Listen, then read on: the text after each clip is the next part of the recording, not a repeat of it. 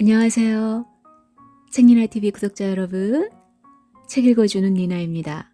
오늘은 강자의 조건 제3부 영국편입니다.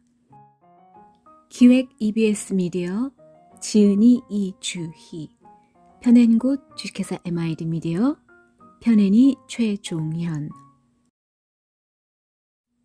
대영 제국의 탄생.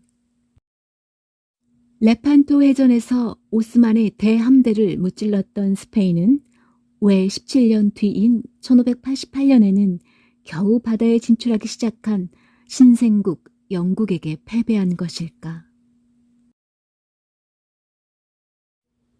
강자의 조건 제3부 대영제국의 탄생은 1, 2부로 나눠서 읽어드리겠습니다. 오늘은 가톨릭의 수호자, 해적 여왕 엘리자베스, 엘드라코, 레스빌트 갈레온 읽어드리겠습니다. 구독과 좋아요는 책 읽어주는 니나에게 큰 힘이 됩니다. 해가 지지 않는 제국. 해가 지지 않는 제국이라는 말이 있다. 세계 곳곳에 식민지를 거느리고 전 세계의 바다를 지배하던 대영 제국의 영광을 기리기 위해 사용된 말이다. 왜 해가 지지 않는 제국이라고 불렀느냐 하면 지구 곳곳에 영토가 있어서 영국 본토에는 해가 지더라도 전 세계에 널린 영토 어딘가에는 항상 해가 떠 있을 수밖에 없기 때문이다. 하지만 해가 지지 않는 제국이라는 명칭에 어울리는 지배력을 행사한 최초의 제국은 영국이 아니었다. 16세기 스페인이야말로 해가 지지 않는 제국이라는 이름에 어울리는 최초의 제국이었다. 16세기 스페인의 영토는 우선 아메리카 대륙 거의 전부가 포함된다. 북아메리카는 아직 유럽인의 발길이 닿지 않았으므로 아메리카 대륙의 지배권을 가지고 있던 것은 스페인뿐이었다. 여기서 태평양을 건너면 필리핀이 나온다. 필리핀이라는 지명도 발견 당시의 스페인 국왕이었던 펠리페 2세의 이름을 딴 것이다. 여기서부터 인도양을 지나 아프리카 연안에는 점점이 포르투갈 식민지들이 퍼져 있다. 그런데 1580년부터는 필리페 2세가 포르투갈의 국왕도 겸했으므로 인도양을 둘러싼 식민지들도 모두 스페인의 지배하에 있었다.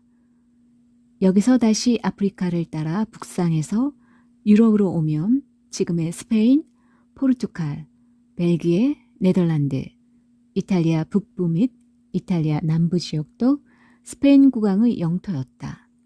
더불어 오스트리아도 스페인 왕실과 같은 합스부르크가가 지배하고 있었다. 실로 유럽 역사상 가장 거대한 영토를 지배하고 있었던 셈이다. 경제적으로도 스페인은 압도적인 우위를 자랑했다. 신대륙으로부터 엄청난 금과 은이 들어오고 있었으며 유럽에서 소비되는 대부분의 소금과 설탕도 펠리페 2세가 장악하고 있었다. 당연한 이야기지만 군사력도 막강했다. 스페인 육군은 유럽에서 가장 강력한 군대로 정평이 나 있었고 1524년에는 이탈리아에서 역시 유럽의 군사 강국이었던 프랑스에 압도적인 승리를 거두었다. 스페인 해군도 강력했다. 1571년 오스만 투르크를 상대로 한 레판토 해전에서 대승을 거둠으로써 지중해도 스페인의 영향권에 넣은 것이다. 그런데 이 무적의 스페인에 유럽 변방의 작은 나라가 덤벼들었다. 영토의 크기는 비교도 할 수 없을 뿐더러 왕실의 수입은 하늘과 땅만큼이나 차이가 컸다. 이 겁없는 작은 나라의 이름은 영국이다. 세계의 바다를 지배하고 있던 스페인에 비해 16세기 영국은 이제 겨우 바다에 발을 담그기 시작했을 뿐이었다. 지금으로서는 의외라고 느껴질지 모르지만 헨리 8세 이전의 영국은 해양 국가가 아니었다. 헨리 8세 시절부터 겨우 해양으로의 진출을 시도해보는 정도였다. 하지만 양국 간의 압도적인 국력 차이에도 불구하고 이 전쟁은 영국의 승리로 끝났다. 겨우 걸음마를 시작한 변방의 소국이 거인을 쓰러뜨린 것이다. 이 어이없는 패배와 함께 세계제국 스페인은 몰락하기 시작했으며 영국은 스페인을 대신하여 세계의 바다를 향해 나아가기 시작했다. 그런데 스페인이 레판토 해전에서 오스만 제국을 물리친 1571년과 영국과 스페인의 전쟁이 벌어진 1588년 사이에는 불과 17년의 간격이 있을 뿐이다. 대제국 오스만의 함대도 무너뜨렸던 세계 최강의 함대가 불과 17년 만에 변방의 작은 소국에도 맥을 추지 못하는 종이 호랑이로 전락한 것이다. 이 어이없을 정도의 빠른 몰락에는 도대체 무슨 이유가 있는 것일까? 스페인은 무엇을 잘못했기에 최강의 함대라는 명예를 17년 만에 빼앗긴 것일까? 우리는 스페인 함대가 패배하는 과정을 지켜봄으로써 무엇이 제국을 몰락으로 이끄는가에 대한 훌륭한 본보기를 얻을 수 있을 것이다. 또 몰락의 반대편에서 놀라운 성장을 보여준 영국의 예를 통해서는 강대국으로 성장하는 나라가 가진 또 다른 덕목도 찾아낼 수 있을 것이다. 카톨릭의 수호자. 스페인 여행을 하면 꼭 들러야 할 관광지로 꼽히는 곳이 몇 곳 있다. 워낙 볼거리로 가득한 곳이라 스페인의 대표적 볼거리로 꼽히기 위해서는 상당한 경쟁을 거쳐야 하지만 그래도 톨레도의 알카사르 궁전과 마드리드 교회의 엘 에스코레알 궁전은 절대로 놓쳐서는 안 되는 명소로 꼽힌다. 두 궁전 모두 독특하고 위험 가득한 양식으로 방문자의 경탄을 자아낸다. 이 두 궁전은 모두 스페인의 황금 시대였던 16세기에 완공되었다는 공통점을 가지고 있다. 알카사르 궁전을 대대적으로 개조하여 현재의 모습으로 완성한 사람은 카를로스 1세이며 엘 에스코레아를 새롭게 지은 사람은 펠리페 2세이다. 이 둘은 부자지간으로 두 사람의 재위 기간만도 무려 80년에 이른다. 아버지인 카를로스 1세가 1519년부터 1556년까지 재위했고 아들인 펠리페 2세가 1598년까지 왕위를 지켰다. 결국 이 두 사람이 왕이었던 기간과 스페인 황금시대는 완전히 일치하는 셈이다. 두 사람 모두 경건한 카톨릭 교도였으며 합스부르크가에 대한 자부심으로 가득한 군주였다. 16세기는 스페인의 황금시대라는 점 외에도 또 다른 면에서 세계사의 전환점이 되었던 세기이다. 바로 종교개혁의 세기였다. 유명한 마르틴 루터가 95개조를 발표한 것이 카를로스 1세가 즉위하기 2년 전인 1517년이다. 루터를 시작으로 칼뱅, 크랜머 등의 종교개혁가들이 교황청의 타락을 비난하면서 기독교의 개혁을 주장했고 카톨릭으로부터 독립한 신교 진영이 형성되었다. 카톨릭의 입장에서는 기독교의 본산지인 유럽에서 해마다 이교도들이 꾸준히 증가하고 있는 위험한 상황이 시작된 것이다. 당연히 카톨릭에 의한 반격이 시작되었고 신교 진영도 폭력과 비폭력을 넘나들며 저항하기 시작했다. 이런 종교적 갈등은 왕조들 간의 이해관계와 얽히고 설키면서 사륙으로 얼룩진 종교전쟁의 시대를 만들어냈다.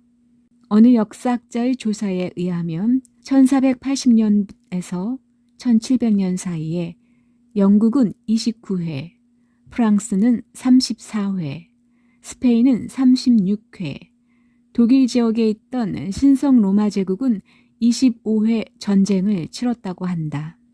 이 종교 전쟁의 시기에 카톨릭의 수호자를 자처한 것이 스페인 왕실이다. 대체로 중부 유럽과 북부 유럽에 집중된 개신교 진영에 비해 스페인, 이탈리아 등 남부 유럽은 가톨릭의 영향력이 훨씬 강했는데 유럽 최강의 군주를 자처하고 있던 스페인 왕실로서는 마땅히 가톨릭의 수호자를 자처할 수밖에 없었다. 특히 아버지 카를로스 1세에 비해 훨씬 독실한 신앙심을 가지고 있었던 펠리페 2세는 가톨릭의 수호를 신이 자신에게 부여한 사명이라고 믿었다. 따라서 그에게 제국의 확대는 곧 가톨릭의 확대였으며 신의 의지를 관철하는 것이었다. 그는 만약 나의 아들이 이교도라면 내가 직접 나무를 날라 아들을 화형에 처하겠다 라고 호언할 정도로 자신의 종교적 사명에 확신을 가지고 있었다.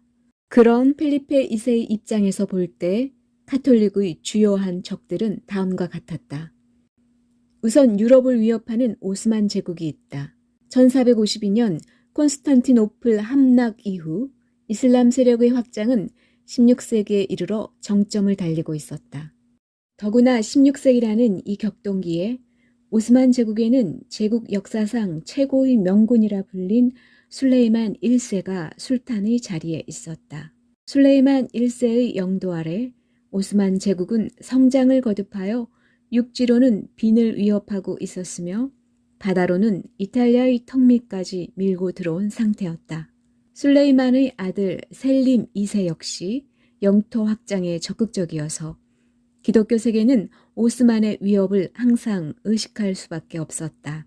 가톨릭의 수호자를 자처하는 펠리페 2세로서는 이를 결코 자시할 수 없었다. 펠리페 2세는 오스만의 위협을 제거하기 위해 지중해에서 오스만 제국과 일전을 기획했고 1571년 레판토 해전에서 오스만 제국의 해군을 격파함으로써 가톨릭의 수호자이자 기독교 세계의 구원자라는 찬사를 얻었다. 두 번째 적은 네덜란드의 반군이다. 당시 네덜란드는 합스부르크 가의 영지로 펠리페 2세에게 상속된 땅이었다. 그런데 네덜란드의 신교도들이 신앙의 자유라는 기치를 내걸고 펠리페 2세에게 반기를 든 것이다. 가톨릭이라는 단일 신앙으로 제국을 통일하고자 했던 펠리페 2세에게 네덜란드의 반군들은 실로 가증스러운 존재였다. 더군다나 통쾌한 승리를 거두었던 오스만에 대한 전쟁과 달리 네덜란드 반군과의 전쟁은 좀처럼 출구를 찾지 못한 채 지지부진하게 이어지고 있었다. 대규모 육군을 상주시키면서 힘으로 억누르려고 해도 반군의 기세는 좀처럼 꺾이지 않았다. 오스만과의 대결이 승리로 끝난 이후 펠리페를 가장 괴롭힌 두턴거리는 아마 네덜란드의 반군이었을 것이다. 세 번째 적이 바로 엘리자베스 1세, 여왕의 나라, 영국이다. 엘리자베스의 아버지였던 헨리 8세가 수장령을 통해 로마 교황청에서 독립한 이후 영국도 종교개혁의 폭풍 속에 있었다. 엘리자베스의 이복 누이였던 메리 여왕 시절에는 잠시 카톨릭으로 복귀하기도 했지만 메리 여왕이 후사 없이 죽고 엘리자베스가 즉위하자 영국은 다시 신교 국가로 탈바꿈했다. 카톨릭의 수호자 펠리페 2세로서는 가만히 있을 수 없는 상황이었다. 펠리페는 우선 네덜란드의 반군에 대해서는 강경 진압책으로 일관하고 엘리자베스의 영국에 대해서는 회유책을 쓰기로 했다. 영국을 회유하기 위해 펠리페 2세가 꺼내든 카드는 결혼이었다. 아직 미혼이었던 엘리자베스에게 청혼을 한 것이다. 원래 펠리페 2세는 엘리자베스의 언니이자 카톨릭 군주였던 메리 여왕과 결혼한 사이였다. 하지만 메리가 후사 없이 사망했기 때문에 그 동생인 엘리자베스에게 다시 청혼을 했다. 만약 엘리자베스가 펠리페의 청혼을 받아들인다면 평화적으로 카톨릭의 복귀를 실현할 수 있을 것이다. 사실 결혼을 통해 문제를 해결하는 방식은 펠리페 2세에겐 매우 익숙한 방식이었다. 우선 그가 다스리고 있던 합스부르크 제국 자체가 어떠한 정복 전쟁도 없이 오직 정략 결혼만으로 성립한 제국이었다. 당시 유럽의 군주들에게 결혼이 얼마나 효과적인 정치적 수단인지를 보여주는 이 놀라운 통합 과정은 다음과 같이 진행되었다. 우선 스페인에 아라곤 왕가가 있었다. 이베리아 반도의 동부를 차지하고 있던 아라곤 왕가는 결혼을 통해 바르셀로나 후장령과 통합하였고 시칠리아와 나폴리에서 앙주 왕가가 쫓겨난 틈을 타 이곳에 진출하였다. 최종적으로 15세기 말 페르난도의 시대가 되면 아라곤 왕국, 바르셀로나 후장령, 발렌시아 왕국, 마요르카 왕국, 시칠리아 왕국, 몰타, 나폴리 왕국, 사르데니아 왕국의 군주를 겸하게 되었다. 다음은 카스티아 왕국, 스페인 중심부를 차지하고 있던 카스티아 왕국은 중세의 이베리아 반도에서 가장 강력한 왕국이었다. 15세기 말에는 이사벨 여왕이 다스리고 있었는데 1469년 카스티아의 이사벨 여왕과 아라곤의 페르난도 왕이 결혼함으로써 두 왕국은 하나로 결합한다. 이것이 바로 근대 스페인 왕국의 탄생이었다. 그런데 이 두 사람 사이에는 오직 한 사람의 상속자만이 태어났다. 바로 후아나 공주다. 따라서 통일 스페인 왕국은 향후 후아나 공주에게 상속될 예정이었다. 세 번째는 오스트리아였다. 15세기 말 오스트리아의 왕이었던 막시밀리안은 신성 로마 제국의 황제도 겸하고 있었으며 보헤미아라고 불리던 현재 체코의 군주이기도 했다. 그가 속한 가문이 바로 합스부르크가였다. 그는 유력한 여자 상속자와의 결혼을 통한 세력 확장의 기회를 노리고 있었는데 그가 표적으로 삼은 상속자는 마리아 데 부르고뉴였다. 마리아 데 부르고뉴의 나라는 부르고뉴 공국이다. 지금의 벨기에와 네덜란드를 포함한 영역을 다스리던 이 공국도 15세기 말에는 오직 한 사람의 상속자인 마리아 데 부르고뉴에게 상속될 처지였다. 이 마리아 데 부르고뉴에게 오스트리아의 막시밀리안이 청혼을 한 것이다. 결혼이 성립되면 당연히 두 사람의 자식에게 두 왕국이 상속될 예정이었다. 결국 두 사람은 결혼했고 아들을 하나 낳았다. 이름은 필리프 혹은 펠리페, 미남왕이라는 별칭이 붙을 정도로 미남이었다고 한다. 이쯤 설명했으면 독자들도 눈치챘겠지만 이제 스페인 왕국의 후아나와 합스부르크 왕가의 펠리페가 결혼할 차례이다. 1495년 둘은 결혼했다. 실제로 펠리페와 후아나가 직접 만난 건 결혼식 전날인데 둘은 서로를 처음 보자 반했으며 성직자들에게 결혼식을 최대한 빠른 시일로 잡아주길 부탁하였고 결국 다음 날 둘의 결혼식이 열렸다고 한다. 한동안은 행복한 결혼 생활을 했고 광대한 제국을 물려받을 상속자도 낳았다. 하지만 남편 펠리페가 1506년에 젊은 나이로 요절하고 만다. 남편이 요절하자 남편을 정말 미치도록 사랑했던 후아나는 정신 이상이 되었다. 자연스럽게 두 사람 사이에서 태어난 유일한 상속자 카를로스 1세에게 모든 상속권이 돌아갔다. 결국 16세기 유럽을 지배한 합스부르크 제국의 지배자 카를로스 1세는 오직 결혼을 통해서만 이베리아 반도 전체와 이탈리아 남부 및 북부 일부, 벨기에와 네덜란드 및 프랑스와 독일의 일부 지역, 그리고 오스트리아와 체코로 구성된 광대한 영토를 물려받은 것이다. 여기에 그 자신도 정략 결혼으로 영토 확장에 기여했다. 포르투갈 마누엘 1세의 딸이었던 이사벨과 결혼하여 펠리페 2세를 낳은 것이다. 따라서 카를로스의 후계자인 펠리페에게 결혼을 통해 제국을 확장하고 카톨릭의 영지를 보존하는 것은 매우 익숙한 방식이었을 것이다. 물론 당시 유럽에서 합스부르크 가문만 이런 정략 결혼을 이용한 것은 아니다. 모든 왕가가 정략 결혼을 이용했지만 합스부르크 가문이 유독 성공적이었을 뿐이다. 헌데 괘씸하게도 엘리자베스는 청혼을 거절했다. 아니 그녀는 사실 결혼할 마음 자체가 없었다. 결혼을 통해 남편이 생기면 남편에게 순종해야 하는 16세기 여성의 운명에 비추어 볼 때 여왕의 권력이 유명무실해질 가능성이 있었다. 엘리자베스는 자신의 권력이 훼손될 것을 두려워했다. 그녀는 남자보다 권력을 더 사랑한 타고난 정치가였다. 더구나 자신의 종교를 희생하면서까지 결혼할 마음은 추호도 없었다. 엘리자베스는 이교도인 스페인의 국왕과 결혼할 생각은 추호도 없다라며 차가운 답변을 보냈다. 해적 여왕 엘리자베스. 결혼을 거절한 것만으로도 괘씸한데 엘리자베스는 펠리페 2세에게 또 다른 골칫거리를 안겨주었다. 바로 영국 출신의 해적들이다. 많은 사람들이 아는 것처럼 16세기 스페인은 신대륙으로부터 엄청난 양의 황금과 은을 약탈해 오고 있었다. 유럽 전체가 보유하고 있는 것보다 더 많은 금과 은이 아메리카 대륙에서 스페인으로 흘러들어왔다. 당연히 이 보물을 노리고 해적들이 활개를 쳤다. 특히 유명한 것은 프란시스 드레이크라고 알려진 인물이었다. 드레이크는 카리브해 곳곳을 활개치며 스페인의 보물선들을 먹잇감으로 삼았다. 비록 스페인이 세계의 바다를 지배하고는 있었지만 모든 보물선에 충분한 호위를 붙일 형편은 아니었다.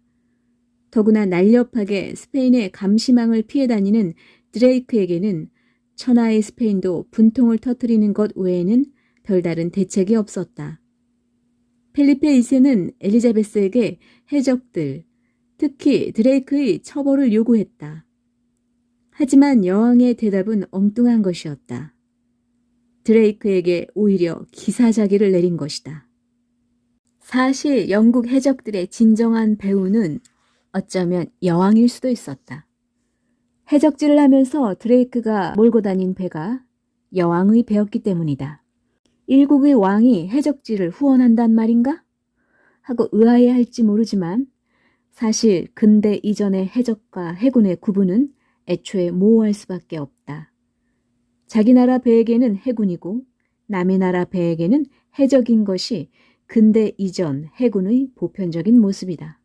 해적질도 적국의 국력을 약화시키는 당당한 전투행위로 치부되었다. 이런 해적이자 해군인 배들을 사략선이라고 불렀다. 참고로 명백한 해적이라고 할 수밖에 없는 사략선이 국제법에 의해 공식적으로 불법이 된 것은 20세기가 시작된 후인 1907년 헤이구 만국 평화회의 때이다. 여왕이 배를 제공할 정도로 공공연히 후원하는 만큼 당연히 수입도 나누어 가졌다. 명목상으로는 전투에서 얻은 전리품의 일부를 여왕에게 바치는 것이지만 사실은 동업자끼리 이윤을 나누는 행위나 마찬가지다. 가난한 나라의 군주였던 엘리자베스로서는 사략선이 가져다주는 이유는 무시할 수 없는 것이었다. 사략선, 국가로부터 특허장을 받아 개인이 무장시킨 선박.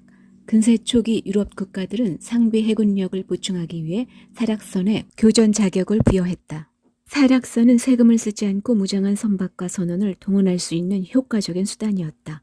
역사적으로 사략선 업자들과 해적들의 행위는 실질적인 차원에서 큰 차이가 없었다. 둘 모두 습격과 약탈을 했다는 점에선 동일했다. 사략선은 해적선과 달리 국가로부터 권한을 받아 합법적 활동을 했다는 차이가 있을 뿐이다. 오랜 기간 동안 여러 국가는 사략선 활동을 허락해왔고 해적들은 합법의 미명 아래 활동을 할 수 있었다.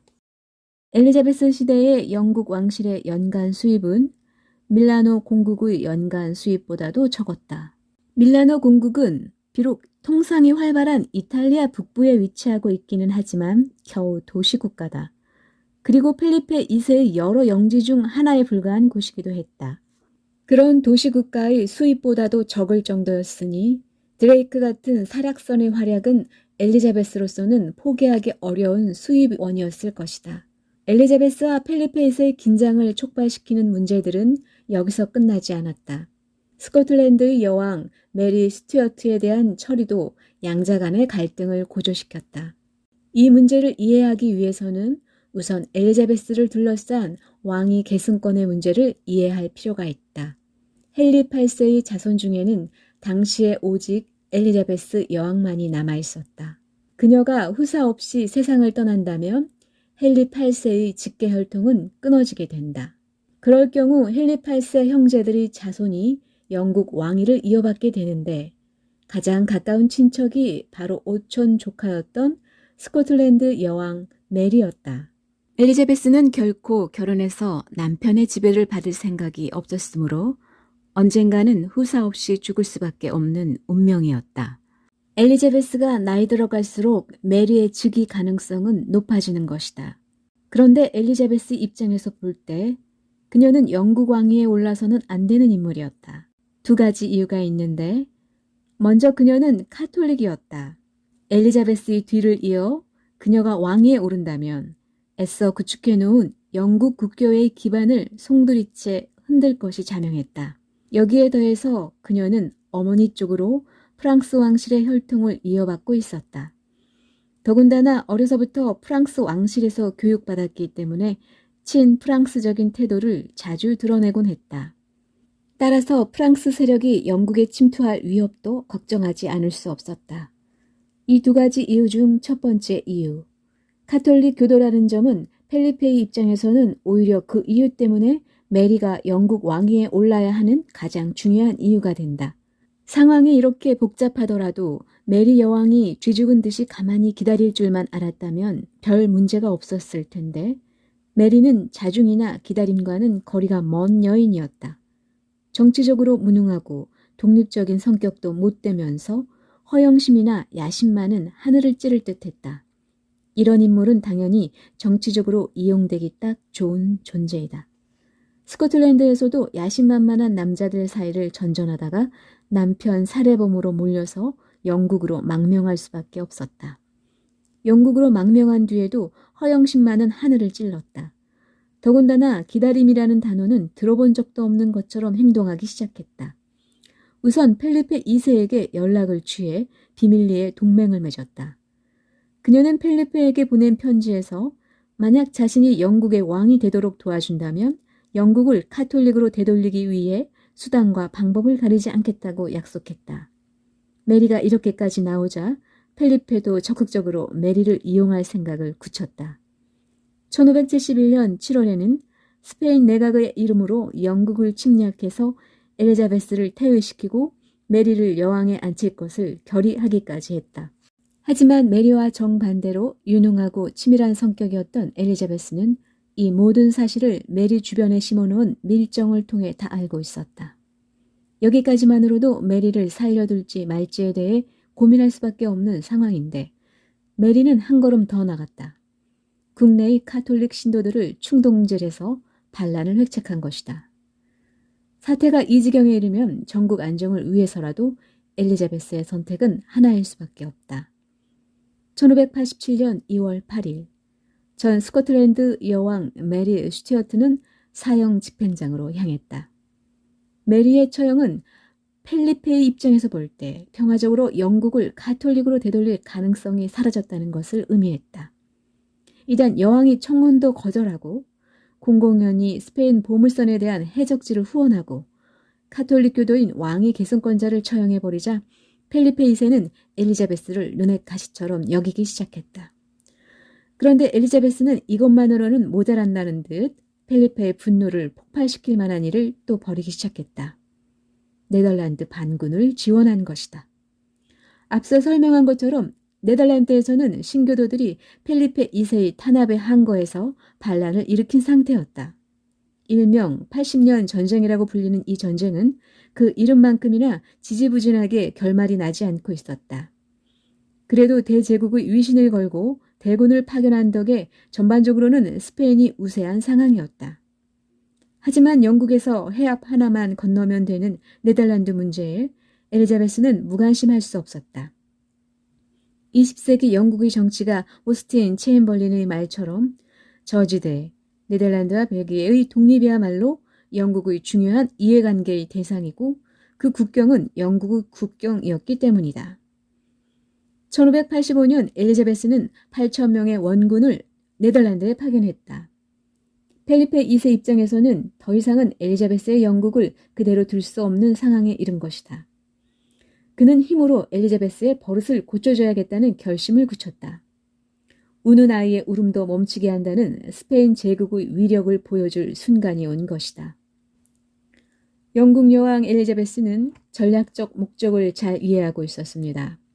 만약 스페인이 네덜란드를 점령하고 통치를 강화한다면 영국을 침략하기 좋은 최상의 위치를 점하게 된다는 거죠. 영국을 침공하기 위해서는 지금의 네덜란드나 벨기에 쪽에서 공격해야 합니다. 그래서 영국은 비밀리에 자금과 병력을 네덜란드 쪽에 지원했습니다. 1585년 영국은 요충지인 네덜란드 해안마을을 점령합니다. 지금의 블리싱겐이었죠. 영국은 수비대를 파견했습니다. 이곳은 영국을 공격하기에 최적의 장소였습니다.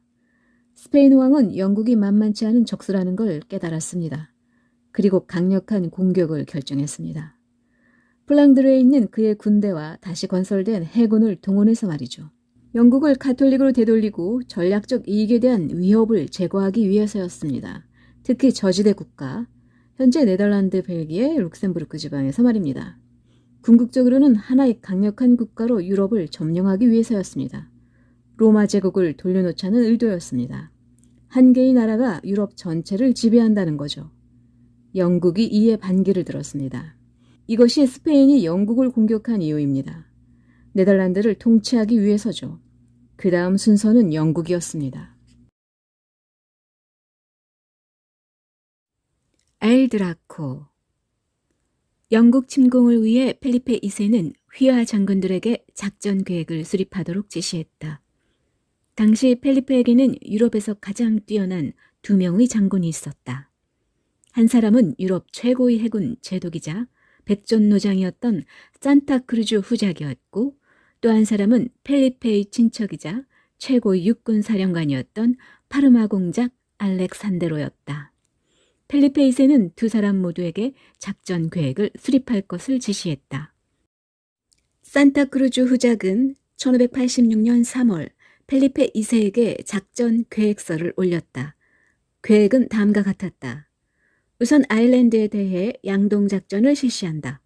일부 함대를 아일랜드로 보내 상륙작전을 수행하는 것이다. 아일랜드에 스페인군이 상륙하면 영국의 주력군이 아일랜드로 올 것이다. 이때 대군을 실은 대함대를 영국 본토로 보내어 기습 공격을 하는 것이다. 산타크루즈는 일단 상륙에 성공하면 런던까지 단숨에 쳐들어가서 전쟁을 끝낼 수 있을 것이라고 예상했다. 동시에 그는 작전이 성공하기 위해서는 대형 전투함 150척과 함께 5만 5천의 대군과 그 식량, 화약, 대포를 실어나를 지원함 400척이 필요하다는 어마어마한 요구를 했다. 산타크루즈의 작전이 검토되고 있을 때 파르마 공작도 펠리페 2세에게 작전 계획을 보내왔다. 1586년 4월 20일자 보고서에서 파르마 공작은 외부로 비밀이 새어나가지 않는 것을 전제로 네덜란드 주둔군을 나누어 3만의 보병과 500의 기병을 영국 공격에 투입할 수 있다고 제안했다. 이 부대를 수송선 수백 척에 나누어 싣고 플랑드르 해안에서 출발하면 바람이 없어도 10에서 12시간, 순풍을 타면 불과 8시간 후에 영국 해안에 도착하게 된다고 계산했다. 이 군대가 런던을 공격하여 함락시킨다는 것이 파르마 공작의 작전이었다. 파르마 공작은 자신의 계획이 누설될 것에 대비하여 스페인에서 출발한 함대가 도보 해협으로 진입하여 도보 인근의 영국과 네덜란드 함선을 유인하여 줄 것을 요청하였다. 산타크루즈의 작전과 비슷하였지만 네덜란드 주둔군이 주가 되고 스페인의 본국 함대가 지원 역할을 하는 것이었다. 산타크루즈의 계획은 스페인에서 출발한 함대가 처음부터 끝까지 모든 작전을 실행한다는 점에서 일관성이 있고 준비 과정이 모두 스페인에서 이루어진다는 점에서 위험 요소가 적었다. 그러나 문제는 준비할 것이 너무 많았고 비용이 너무 많이 든다는 점이었다. 이에 비해 파르마의 작전은 네덜란드에서 병력을 즉각 동원할 수 있어 준비 기간과 비용을 줄일 수 있다는 장점이 있었다. 그러나 파르마가 제안한 3만의 병력과 장비를 실어나를 상륙용 벌크선을 확보하는 것이 문제였으며 서로 유인작전이 성공을 거둔다 해도 과연 네덜란드 독립군들이 함대를 완전히 따돌릴 수 있는지도 의문이었다. 펠리페 2세는 두 사람의 계획을 검토한 후에 파르마 공작의 계획을 기본으로 양자를 절충하는 결정을 내렸다. 파르마 공작의 네덜란드 주둔군을 주력군으로 활용하되 스페인에서 대규모 함대를 파견해서 파르마공의 육군이 영국으로 넘어가는 기간 동안 영국 해협의 제해권을 확보하도록 한 것이다.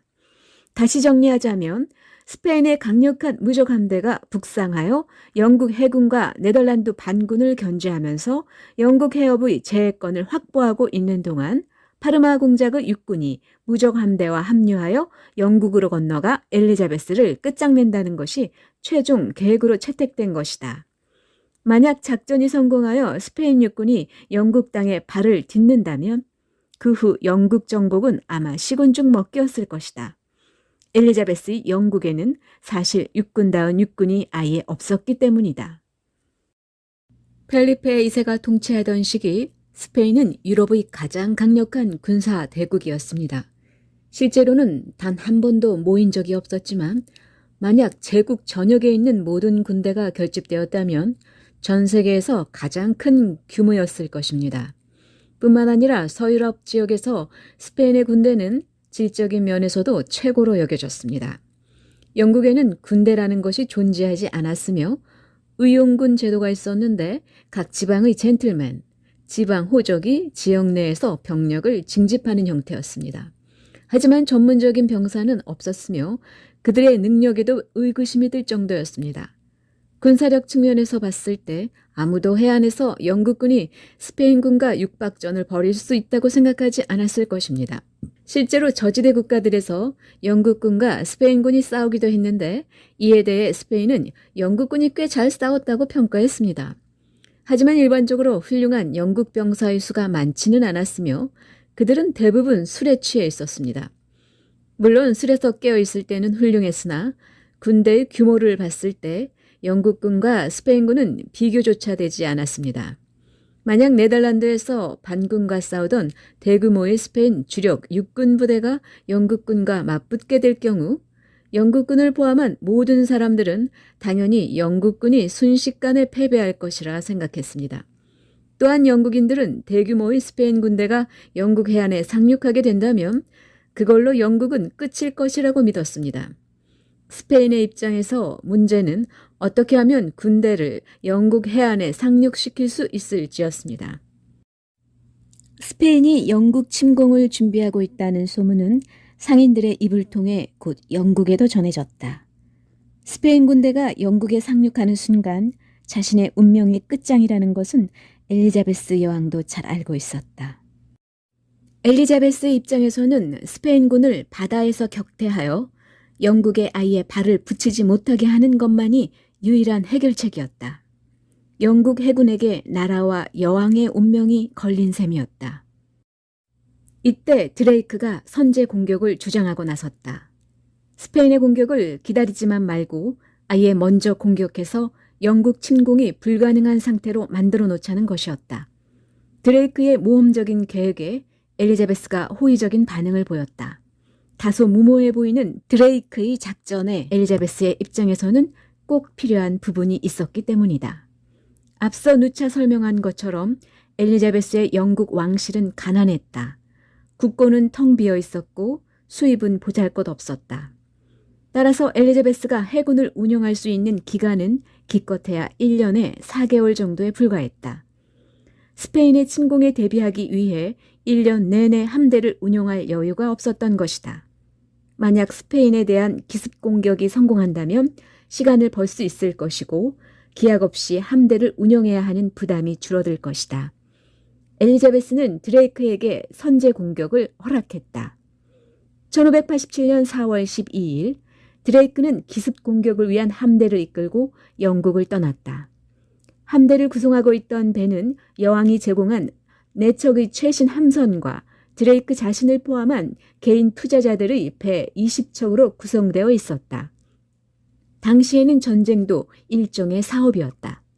습격이 성공적으로 마무리되어 많은 보급물자를 로획해 온다면 여왕을 포함한 투자자들은 충분한 금전적 보상도 기대할 수 있었다. 함대의 목표는 카디즈, 리스본에서 영국 침공을 준비하고 있는 무적 함대에게 전해질 보급품들이 산더미처럼 쌓여있는 곳이었다. 빠른 속도로 남하한 드레이크는 4월 29일 오후 카디즈 항을 기습 공격했다. 항구에 정박 중이던 스페인 갤리선 10여 척이 저항했지만 이들은 드레이크의 적수가 되지 못했다. 화물을 가득 실은 상선들로 꽉 차 있던 항구는 곧 드레이크 함대가 벌이는 약탈과 방화로 엄청난 피해를 입었다. 스페인 보병이 도착하는 바람에 마을까지 습격하지는 못했지만 드레이크는 이날 최소한 20척 이상의 상선을 불태우고 엄청난 전쟁 물자를 약탈할 수 있었다. 드레이크는 한 번의 습격으로 만족하지 않았다. 카디즈 습격 이후로도 한동안 스페인 인근 해역에 출몰하면서 신대륙으로부터 오는 보물선들까지 약탈하고서야 영국으로 물러난 것이다. 스페인에서는 드레이크를 엘 드라코라고 불렀어요. 용이라는 뜻이죠. 그는 아주 위험했고 대단한 인물이었습니다. 위대한 항해사였습니다. 전 세계를 항해하면서 스페인 선단을 피해 다녔습니다. 세계를 항해한 첫 영국인입니다. 의욕 넘치는 지도자였습니다.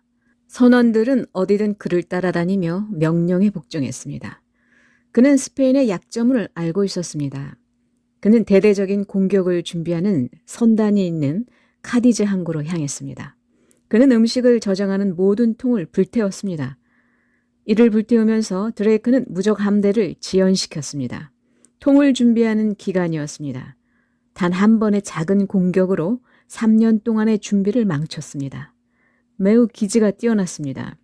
전략적 기회를 포착하고 용처럼 덮쳤습니다. 그래서 스페인은 그를 용이라고 불렀습니다. 라이스 교수의 설명처럼 드레이크의 습격으로 식량 저장용 통이 불타버린 것은 나중에 무적 함대에게 치명적인 영향을 미친다. 충분히 건조된 통이 없었기 때문에 습기가 남아있는 통에 음식을 보관하게 되었고 무적 함대의 승무원들은 식중독과 전염병에 취약해진 것이다. 드레이크가 이렇게 스페인 연안에서 활개치는 동안에도 무적 함대는 드레이크를 추격하는 데 실패했다. 드레이크의 영국 함대는 언제나 무적 함대보다 훨씬 빠른 속도로 바다를 휘젓고 다녔기 때문이다. 영국 함선의 속도와 기동성은 스페인 함선보다 월등히 뛰어났습니다. 스페인 함선은 튼튼하고 안정적이었고 많은 짐을 싣고 있었습니다. 상선으로는 아주 좋죠. 하지만 영국은 무거운 대포를 효과적으로 사용하기 위해서 방향을 전환하는 배의 기동성이 중요하다고 생각했습니다. 안정적인 항로로 옆에서 나란히 싸우는 게 아니라 팔자 모양으로 계속 움직이는 게 당시의 전술이었기 때문입니다. 한쪽 측면에서 발포합니다. 그리고 방향을 돌려 뱃머리와 다른 측면에서 발포합니다. 그리고 대포를 쏘고 다시 방향을 바꿉니다. 이렇게 팔자 모양으로 이동하면서 발포합니다. 왜냐하면 대포가 배 주변 전체에 설치되어 있으니까요. 빠른 속도의 기동성 좋고 방향 전환이 빠른 배는 유리한 점이 많습니다. 영국군이 싸울 사정거리를 결정할 수 있었습니다. 스페인은 영국을 따라잡아 접근전을 벌일 수 없었습니다. 멈춰서서 빠르고 기동력 있는 영국 함선의 포화를 맞았죠. 중무장과 기동성, 훌륭한 항해술의 조합은 매우 중요한 영국의 강점이었습니다. 영국 함대가 스페인 함대를 피해 다니며 마음껏 조롱할 수 있었던 것은 이처럼 스페인에 비해 기술적으로 진전된 배를 가지고 있었기 때문이다. 그리고 이 배가 있었기에 영국은 앞으로 벌어질 무적 함대와의 대결에서도 우위를 점하게 된다. 이 배야말로 영국이 스페인에게 승리한 첫 번째 비밀이라고 할 수 있다. 이야기가 나온 김에 이제부터 영국이 개발한 이 새로운 배의 탄생과 관련된 이야기를 시작해보자. 레이스 빌트 갈레온. 이 새로운 배의 탄생과 관련된 이야기는 무적 함대의 출항으로부터 20년 전인 1568년 카리브해에서 시작된다. 당시 20대의 젊은이였던 드레이크는 사촌형인 존 호킨스와 함께 모험적인 아프리카 무역으로 돈을 벌고 있었다. 영국에서 빈 배로 아프리카로 향한 후 아프리카의 값비싼 상품을 싣고 스페인령 서인도 제도로 건너가 황금과 교환하는 것이 그들의 사업이었다. 이들이 아프리카에서 싣는 상품은 흑인 노예였다. 존 호킨스와 프란시스 드레이크는 영국 최초의 노예상이었던 것이다. 그런데 이들의 사업에는 근본적인 문제가 하나 있었다. 불법 무역이라는 점이었다. 물론 노예가 불법인 것은 아니다. 신대륙의 황금을 밀무역으로 빼돌린다는 점이 불법이었다. 한동안은 스페인의 감시망을 잘 피하면서 사업을 했지만 1568년 카리브해에 있는 산후안데 울루아라는 항구에서 스페인 함대와 맞닥뜨렸다. 처음에 스페인 함대는 안전한 입항을 허용할 것처럼 호킨스의 선단을 안심시켰다. 하지만 곧 본색을 드러낸 스페인 함대가 호킨스의 선단을 공격하기 시작했고 호킨스의 선단은 속수무책으로 당할 수밖에 없었다. 호킨스와 드레이크가 탄 두 척의 배만이 겨우 항구를 빠져나와 기로에 올랐다. 하지만 도망친 이들에게도 비극이 기다리고 있었다. 허겁지겁 도망치느라 식량과 식수를 마련하지 못한 것이다. 식수조차 부족한 상태에서 대서양을 횡단하는 항해는 엄청난 희생을 요구했다. 선원들은 기아와 갈증으로 죽어갔고 대부분의 선원들이 대서양에 수장되었다. 굶어 죽는 선원들을 한 사람 한 사람 수장시키면서 호킨스와 드레이크는 아마 복수심에 이를 갈았을 것이다. 그들이 천신만고 끝에 고향인 플리머스에 도착했을 때는 겨우 15명만이 살아남았다고 한다. 이 사건은 호킨스와 드레이크의 운명을 바꿔놓았다. 이제 스페인은 두 사람에게 불구대천의 원수였고 스페인에 대한 복수는 이들의 생애를 바칠 만한 목표가 된 것이다. 하지만 복수심만으로는 부족했다. 호킨스는 스페인의 코를 납작하게 만들기 위해 새로운 배를 개발하기 시작했다. 이야기가 약간 옆으로 벗어나긴 하지만 호킨스와 영국인 기술자들이 이루어낸 혁신을 이해하기 위해서는 16세기까지 선박이 어떤 식으로 발전해 왔는지를 알아볼 필요가 있다. 자세히 서술한다면 책 몇 권으로도 부족한 주제이지만 말 그대로 호킨스가 만들어낸 혁신이 어떤 것인지를 이해하기 위한 초보적인 내용만 알아보자. 근대 이후 기계의 힘을 활용하게 되기 전까지 인간은 오직 두 가지 힘에 의존해서 바다를 항해했다. 하나는 자연의 힘인 바람을 이용하는 방식이고 또 하나는 인간의 근력을 이용해서 노를 젓는 방식이다. 전자를 우리는 범선이라고 부르고 후자를 갤리선이라고 부른다. 이 두 가지 동력원은 산업혁명이 인류의 삶을 바꿔놓을 때까지 인간이 바다를 항해하기 위해 사용할 수 있는 최선의 동력원이었다. 다만 활용 방식은 달랐다. 보통 범선은 인간의 힘이 아닌 자연의 힘에 의존하므로 더 대형으로 만들 수 있었고 장시간의 항해가 가능했다. 따라서 한 번에 많은 물건을 실어 날라야 하는 상선으로 활용되는 것이 일반적이었다. 하지만 범선은 바람이 없는 경우에는 항해가 불가능하다는 치명적인 약점이 있었다. 더구나 역풍을 뚫고 항해할 수 있는 삼각도시 발명되기 전에는 역풍이라도 불라치면 아예 바다에 나갈 엄두도 낼 수 없었다. 이래서는 언제든지 요격 준비를 해야 하는 전투용 함선으로서는 낙제점이었다. 이 약점을 극복하기 위해 사용된 것이 갤리선이다. 갤리선은 바람이 아니라 인간의 힘을 이용하므로 당연히 역풍을 뚫고 항해할 수 있었고 바람이 없는 날에도 바다에 나설 수 있었다. 또 순간적인 속력이나 회전 등의 급격한 움직임은 범선과는 비교할 수 없을 정도로 좋았다. 그런데 전투야말로 이런 급격한 움직임이나 순발력이 어느 때보다 필요한 순간이다. 따라서 대부분의 전투용 함선은 갤리선이었다. 결국 고대 이래 상선은 범선이고 전투선은 갤리선이라는 공식이 정립되었다. 알렉산더 대왕의 시대에도 그랬고 로마 시대에도 그랬으며 중세 역시 마찬가지였다. 심지어 갤리선에게는 어울리지 않는 거친 북해를 돌아다닌 바이킹의 배조차 본질적으로는 갤리선이었다. 그런데 중세 이후 대항해 시대가 찾아오자 유럽의 새로운 변화가 시작되었다. 대서양을 통해 먼 바다로 진출하면서 먼 바다에도 적합한 배의 필요성이 높아진 것이다. 갤리선은 당연히 새로운 시대에 맞지 않았다. 우선 인간의 힘으로 항해를 하는 배는 육지에서 멀리 벗어날 수가 없다. 한 척의 갤리선, 그것도 빠른 기동이 필요한 전투용 갤리선을 움직이기 위해서는 상당한 숫자의 노잡이가 필요하다. 그런데 이들은 인간이므로 당연히 체력을 유지하기 위한 식량과 식수를 항상 공급해줘야 했다. 갤리선 한 척을 움직이는 데는 일종의 연료처럼 엄청난 양의 식량과 식수가 필요한 것이다. 따라서 갤리선이 육지를 벗어나 항해할 수 있는 거리는 대체로 육지에서 2, 3일 거리 정도가 고작이었다. 사방이 육지로 둘러싸인 지중해를 벗어나면 갤리선은 사실상 무용지물인 셈이었다. 반면 범선은 소수의 인원만으로 항해가 가능했기 때문에 원거리 항해에 적합했다. 결국 대항해 시대의 도래는 범선을 통해서만 가능했다. 대항해 시대의 선발주자로 나선 범선을 우리는 캬락선이라고 부른다. 콜럼버스가 타고 대서양을 횡단한 산타 마리아호가 대표적인 캬락선이다. 캬락선이 이룬 진보의 가장 중요한 점은 돛대가 많아진 것이다. 기존의 범선은 대부분 하나의 사각돛에 의존해서 항해한 반면 캬락선은 3개의 돛대를 달고 바다로 나섰다. 당연히 빠른 항해가 가능했고 범선의 크기도 더 커지기 시작했다. 그런데 캬락선은 치명적인 약점이 있었다. 배에 많은 짐을 싣기 위해 배의 앞부분, 즉 선수, 앞부분과 꼬리 부분, 선미를 많이 높여 놓은 것이다.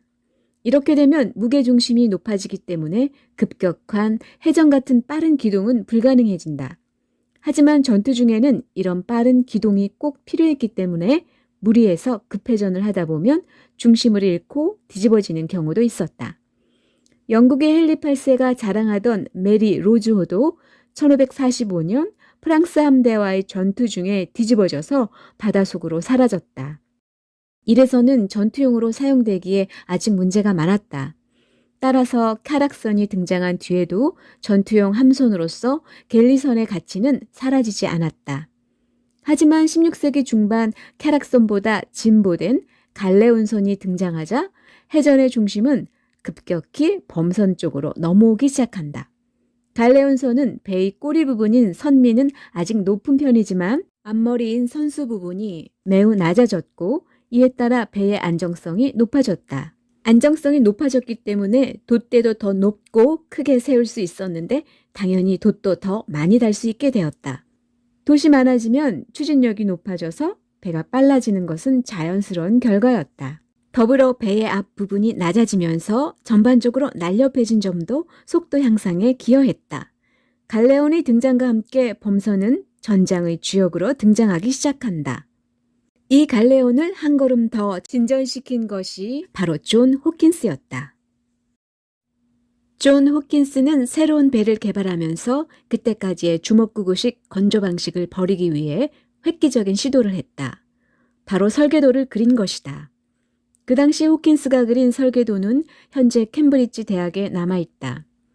호킨스가 그린 설계도를 살펴보면 그가 지금까지의 주먹구구식 함선 설계 방식을 버리고 기하학에 입각해서 완전히 새로운 배를 설계했다는 것을 알 수 있다.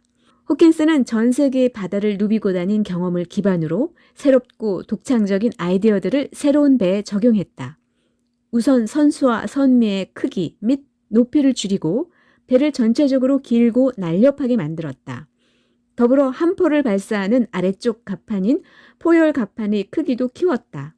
그 결과 새로운 범선은 기존의 범선보다 갤리선의 외형을 많이 담게 되었다. 이 새로운 배의 이름이 바로 레이스 빌트 갈레온이었다.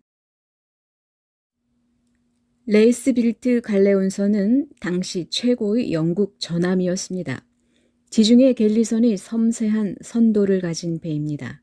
상대적으로 낮은 상부 구조를 갖고 있습니다. 그래서 바람을 걱정하지 않아도 되죠. 속도와 방향 전환을 위해 설계되었습니다. 그래서 수면과 가깝고 무거운 무기를 실을 수 있습니다. 빠른 기동력을 위해 설계되었습니다. 레이스빌트 갈레온의 강점은 무엇보다도 낮은 무게중심이었다. 선수와 선미를 낮춤으로써 낮은 무게중심을 실현할 수 있었는데 결과적으로 배의 안정성이 높아지고 전투 시에 훨씬 빠르고 급격한 기동이 가능해졌다. 상 갑판 밑에 함포들이 들어선 포열 갑판을 확장한 것도 전투 성능에 큰 영향을 미쳤다. 더 많은 대포를 실을 수 있었기 때문에 화력이 더 강력해진 것이다. 배의 길이를 늘리고 날렵하게 만든 것도 속도 향상에 도움이 되었다. 결과적으로 레이스빌트 갈레온선은 기존의 범선보다 더 빠르고 더 급격한 움직임이 가능하며 화력도 강력했다. 전투용 함선으로는 최고였던 셈이다.